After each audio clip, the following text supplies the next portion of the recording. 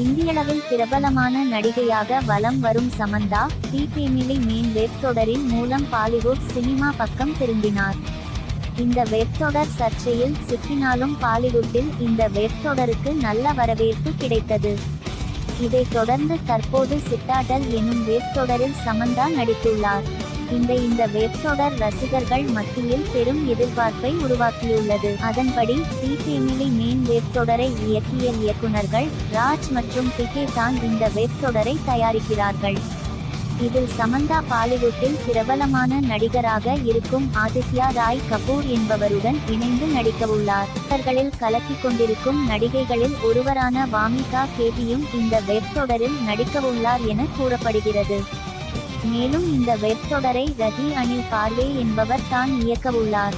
இவர் இயக்கத்தில் இதற்கு முன் தும்பாட் எனும் திரைப்படம் வெளிவந்து மாபெரும் அளவில் வெற்றியடைந்தது.